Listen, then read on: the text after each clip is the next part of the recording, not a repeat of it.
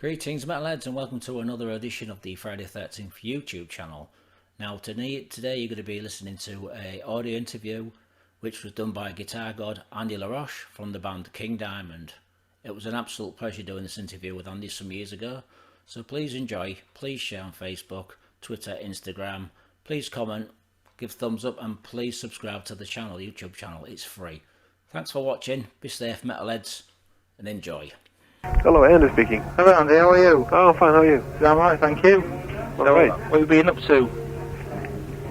Pardon? What have you been up to? Oh, we've been really busy with, travelling around doing promotion for this album. Yeah, I hear you've been to the marquee today. Pardon? I hear you've been to wear shades today. Oh yeah, that's right. Was it good?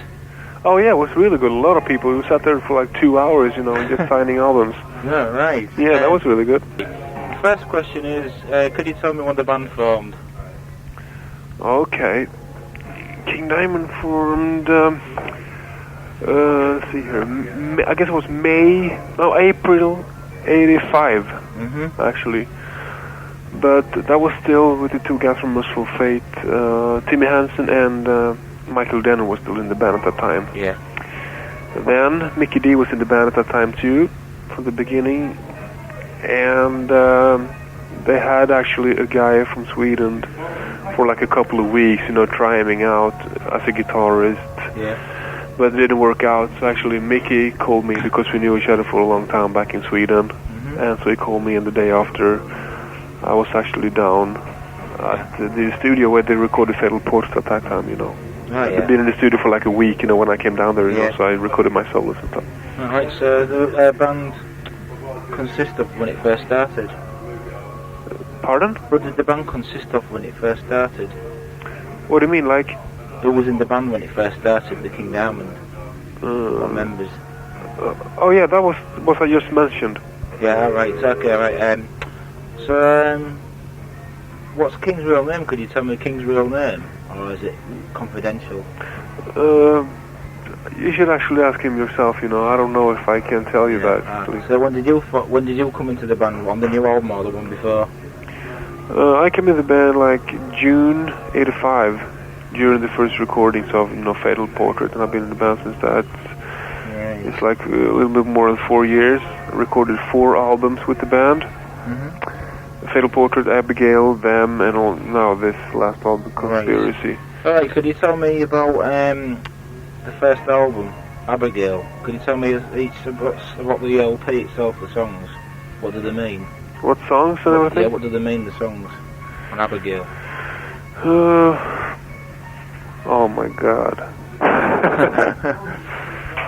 It's also a concept album. Yeah. And the story is about the 1800s, and it's quite complicated actually. And it will probably take King even 2 hours to explain everything that happens there, Yeah. But that album is like a what's it called? Like a special one. It doesn't belong to nothing like we did on Them or Conspiracy, because Them and Conspiracy is like going together. It's like Them is like the first piece, and Conspiracy is like the second part, of the story. Part 2 and part 1. Yeah. So Abigail is a concept story too, but it's separate. Yeah. From these two, Could you tell me how many copies you sold of that album?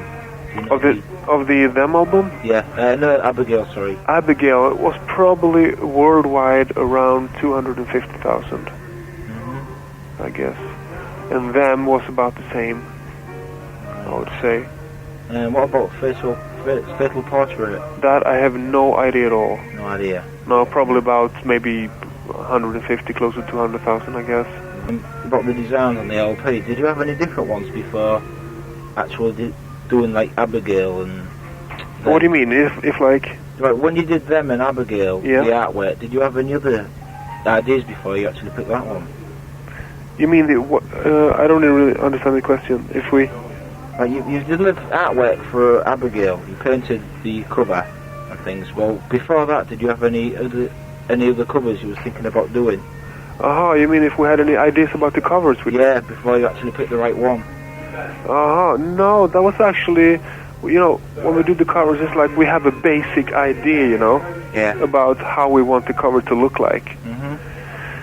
And then we have a meeting, you know, with this guy who's done all the covers, you know, and we tell him about what we want to have. And it usually turns out really, really good. Yeah. Like, if you look at them, you know, that's probably the best cover we got. I guess, you know, with the house there and all the little wheelchair. Yeah, the moonshine and the wheelchair and all the small details you can, you know... very complicated. Yeah, very complicated. There's a lot of stuff, you know, but it's a very clean cover, very bright, nice colors. And this time around, we were actually going to have a paint, what's it called? A painting on the front cover of this one too. This was that the one you did a little lyrics sheet inside, like a little picture? Was that the LP cover? It was from the beginning, yeah. It was from the beginning, then you just like a drawing to do it as a poster. Exactly, because we thought it was kind of too weak, you know, the colors and everything in it, and we really wanted to have something powerful. And the reason was that this art guy, he wanted to try out something new, you know, and we really trusted him, you know, but it didn't turn out the way we really wanted it. So we said, no, we don't want this, you know, so we're going to put on something else, you know, it's really powerful. And also the record label, you know, they wanted to have something that is like a trademark of King Diamond, and what could be better than, you know, than his face. And also the combination of the front side and the back side of the cover is like real powerful in my opinion. Oh, right. With a black, red and kind of silverish in it, you know. Yeah. Did you have a cover, a painting cover, which you had for this album, didn't you? And you actually put it onto a poster instead? If we're going to have that. Did you have the painting that you was going to have? You decided not to have it, didn't you? Put it as a poster. Yeah. I don't know if you've seen it. It's like... it's like a guy on the front with like a coffin in front of him. Exactly. Is that the one? Yeah. Yeah. It's turned into like a promotion poster, kind of. Oh, right.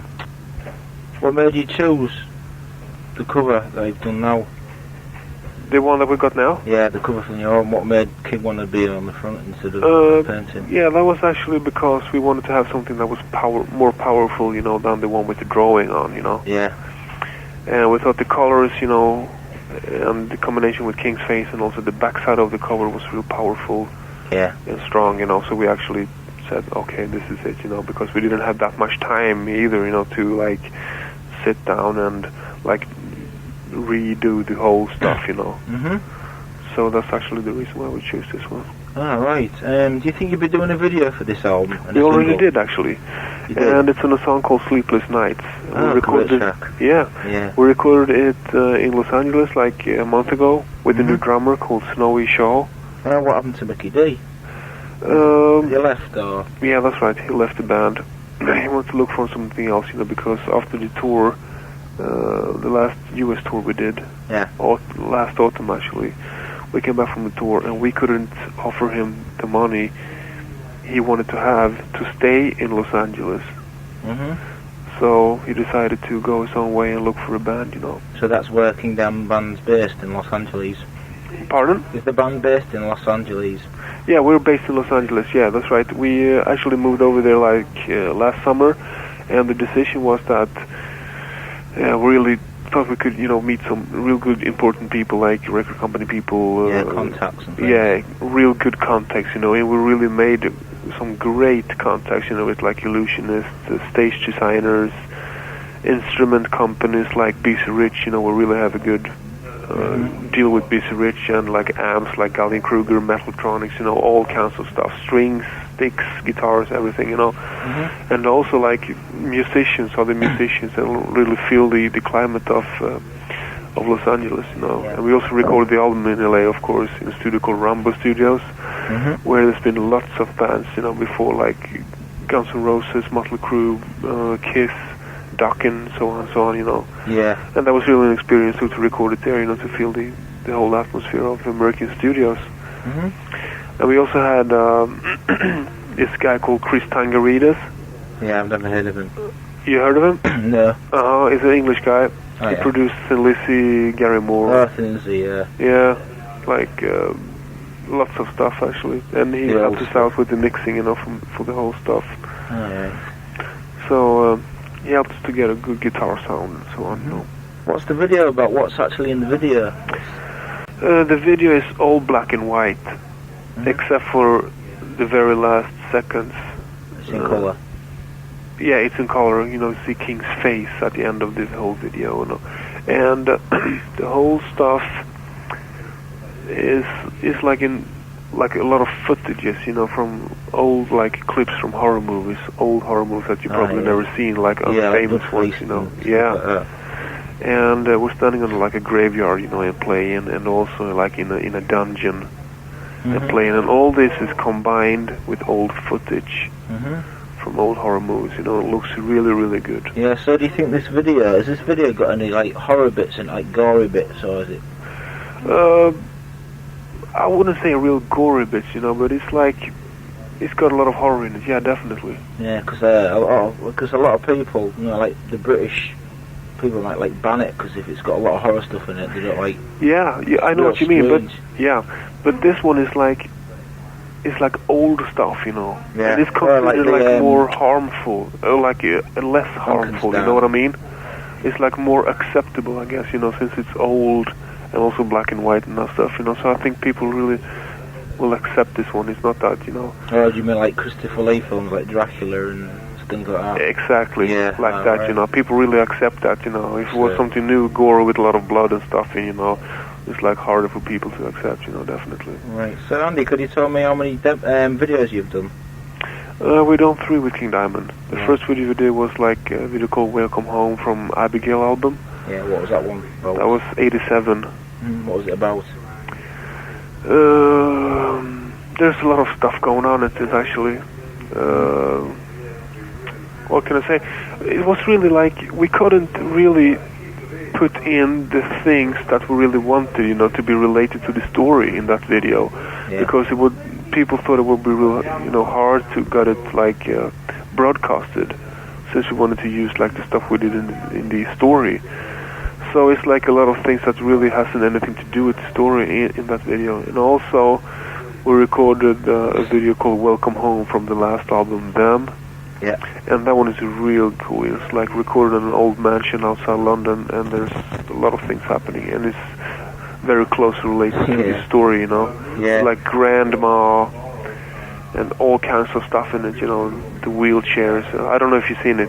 I think I saw it on the Power Hour. Oh yeah, that's right. That's probably, yeah. I'm not too sure.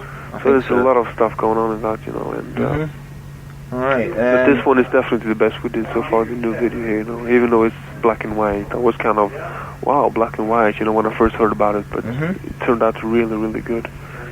Right, so where did King find you and Pete? Well, I was in the band at that time, you know. I've been in the band for like 4 years, and when Michael Denner, the old Merciful Fate guitarist, left right before the tour, the Abigail tour, like 87, we got this guy from Sweden called Michael Moon, and he replaced Michael Denner, you know, for the US tour and also for the European tour that year. Yeah. And very early 88, right before the recordings of Them, Pete and also Hal jumped in because Timmy had some problems, some personal problems, you know. Yeah. So both Pete and Hal, which were playing in the same band at that time, jumped in and took Michael Moon's and Tim Hansen's spots. So they were actually in the recordings on the Them album. All right. So Mickey D's actually left the band then. Who's replaced him? It's a guy called Snowy Shaw. And what band was he in? Nothing that you've probably never heard of. Nothing that I haven't heard of either. Right, because I heard that the drummer from Nasty Savage auditioned or something. Oh, really? I'm not sure about that. Yeah. I just don't remember, yeah? I can't remember what they call him, but somebody told me that he auditioned to join the band. And I can't really remember. Well, I can tell that we listened to loads of tapes, you know, and it came down to like 15 guys. Yeah. I was going to audition for that. Oh, yeah? Yeah, I played drums. Oh. Yeah, I thought, well, I might as well have a blast. I'm good, but I might have been good. I don't know. All right. What King might have thought. I don't know. I'd love to be in the band. Interesting, oh, yeah. Yeah. great. And it came down to like 15 American guys, that we tried out in the rehearsal studio anyway. Yeah. And there was one guy who was really, really good, all these guys. But still, before we took any decisions, Pete, we're talking about this Swedish guy, that he tried out like a couple of years later, actually, and I knew him a little bit too, before. And so Pete went back to Sweden and checked this guy out, and he phoned us up, the next day, and he said that, oh, this guy is just great. This is exactly what we're looking for, So we flew him over to Los Angeles, and it was actually a couple of days before we were supposed to shoot the video. Yeah. And we tried him out, a couple of old songs, and also the song for the video, and everything turned out just great. Yeah. Didn't beat. He's got, like the technique that Mickey got, that's no problem for this guy. Yeah. And also, of course, he's got his own stuff, it sounds just amazing. Oh, right, so did you get on with him well? Oh, yeah. Do you all get on together well? Oh, yeah, definitely. He's so got the right argue. personality and everything, so this is definitely the guy we're looking for. So you don't argue any of you? You just like, do you have bad times now and again, or? No, we're working along, real good, like Yeah. the personal plan too, it's like personal level is like just great. It's really good. He's a great guy, great personality. Right, I noticed on your new album, Mark sent me the other week, there's no band's thanks list on it. Why was that? You mean the former albums? No, the new album, Conspiracy. Mark sent me it last week and I was looking at the thanks list and there was no band's thanks on it. Why was that? What do you mean? What are you talking about now? Bands that you thank, bands that you know. Oh, you mean that? Yeah. Okay. I don't know really. I don't because really know. You know too many and you didn't want to leave any out or something. Yeah, that was probably that. We were talking about it, and it was really hard to, you meet so many people, that probably would have been like disappointed, if we didn't put them on, and we've been touring with so many bands, Yeah. and we've done so many shows with just like for one night, with the band, and it was like real strange, to put on like maybe hundreds of bands, Yeah. Bands, what would I say? It's like very different, you meet so many people, I don't know if you can consider your friends, it's like just people you meet. It's real hard to say, you meet a lot of people down at the rehearsal place where we're rehearsing in Los Angeles called Mate's Rehearsal Studio. It's like bands like Guns N' Roses are down there. Are they rehearsing the same place as you? Yeah. Oh, right. And also, so many people hang around, like Kicks, the Cult's been down there. Oh my God, so many Bullet Boys. Yeah. Do you all get on together with all bands like that? I don't really know these bands, I met them like and say hello, and stuff. Yeah. That's about it, But then there's also, a couple of guys that you get along with real well. Like there's a band called, what the fuck are they called? I don't even remember. Well, there's a few bands, you really like consider your friends and stuff, Like Dark Angel, do you know those? No, I don't know them. I met them, but I don't know them really, Oh, right. You meet so many people, it's really hard to remember everybody and like, So, who are you influenced by? What would you like to listen to at home? I listen a lot to like old stuff, like for example, old Black Sabbath. Yeah. Or like all the Black Sabbath albums actually with Ozzy Osbourne. Yeah. So fucking great in my opinion. And also Uriah Heep, old Uriah Heep. Yeah. What do you think to them now? I haven't really heard them in a long time, but the new album is supposed to be really, really good. Yeah, I've heard a video, seen a video of the new album. It sounds really heavy. Oh, really? Yeah, a lot of people say that it's really, really good. The best in years. So I'm definitely gonna buy it as well. It's gonna be really interesting to check out. And modern music, I'm listening to like bands like Journey. Yeah. Foreigner. So it's mainly all the slow stuff that you listen to. Not mainly, I wouldn't say, but that too. It's a lot of different stuff actually, but I really prefer the old 70s music. Do you listen to any thrash or? I like Metallica. Yeah.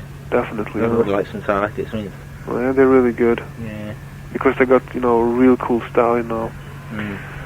And also they're very, very good musicians, you know. Talented. Yeah. Yeah. Anybody else listen to in that sort of vein? What can I say? No, I don't think so, really. I don't prefer to listen to, like, thrash and speed metal and that kind of stuff. Yeah. I prefer to listen to the heavy stuff, you know, with a lot of moods and atmospheres in. What about the rest of the band? What do they like to listen to? King himself? King's got, like, Alice Cooper, Uriah Heep as his favorites, and also, like, older stuff like Jethro Tull, that kind of stuff. Oh, right. And when it comes to my taste, I'm listening a lot to, like, new guitarists. Yeah, these guitar masters. Yeah, like Steve Vai, Ronnie Latikra from the band TNT. Yeah, it's really good. Oh yeah, he's fucking amazing. I've never seen him live, but I'd like to. I've seen them once, and it was totally amazing. What's he like live, the guitar, and is he good as he is on album? Definitely. Definitely. Yeah, definitely. He's totally amazing. The whole band is as good as they are live as they are on an album. Oh, great. Yeah. I was really amazed, you know, when I saw them in New York like 2 years ago. Who supported them then? Pardon? Who supported them? I think it was a girl band called...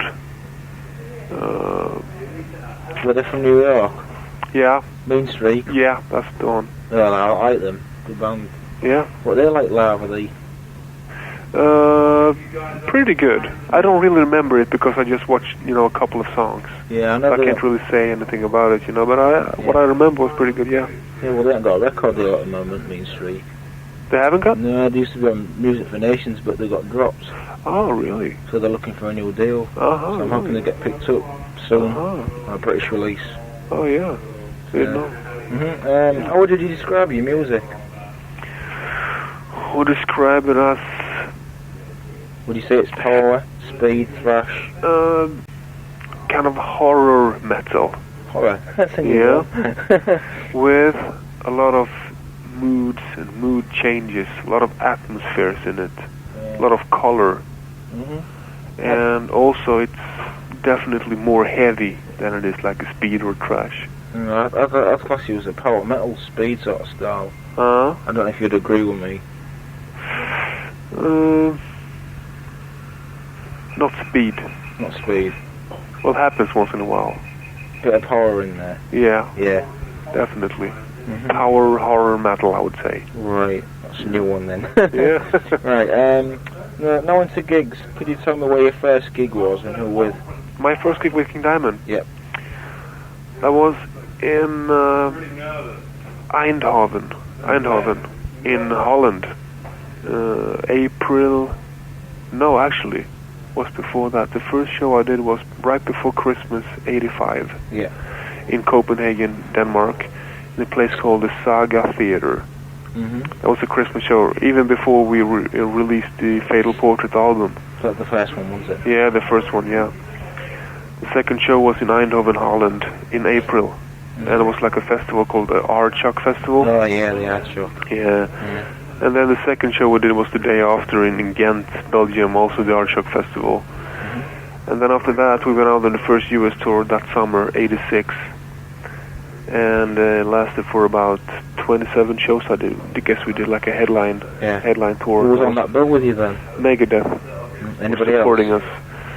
I guess we had Exodus at one point, also like a three-piece package, you know. There's one band that I know pretty well that live in New Jersey, and they said that they supported you. The band called Blood Feast. Called? Blood Feast. Oh yeah, that's possible. Yeah, because I did an interview with the drummer Kev, and he said that they supported you somewhere. Oh yeah? Yeah. Yeah, there's so many bands, you know, it's so hard to remember. Yeah. Because it'd be like maybe one band, you know, one night there, and another band that night, you know, and like all the time going around. And then we did this US tour, 86, summer 86. Yeah. Then we came back, started to rehearse for the new album, which we recorded in Denmark, Copenhagen as well. Yeah. And that was Abigail album. And we recorded that from the 5th of December, I guess it was, till mid of February. if I remember it right. Yeah. So, who have you toured with then so far? Who's the bands that have supported you all? Oh my God. I don't even have a clue. Yeah, I can tell you about the biggest bands. Okay, tell me about the biggest ones. Okay, the Abigail tour, we had this band called Trouble from the States. Trouble. Oh, Trouble, the doom metal band. Yeah. Yeah, well, metal band, are they good laugh, Trouble? Yeah, they actually are. Then we had like the year after, like the last year now, we had Flotsam and Jetsam. Oh, yeah. Yes, for the Them album, and also Armored Saint. Yeah. So that's the band that supported you on the big tours then? Yeah, that's right. Right, And also Megadeth, you know, the first tour we did. I understand you've done one show in England. At least. Pardon? At least, yeah. Yeah, who supported you and where was the gig? Oh, you mean, that long? Okay, that was during the Abigail tour as well. Yeah. 87. And a band called Chrome Molly and Wolfsbane supported us at that show. Oh, right. And we were supporting Motorhead in the rest of Europe at that time. Yeah, how did it go? How did it go, the tour? Oh, great. Right. Yeah, it was really good.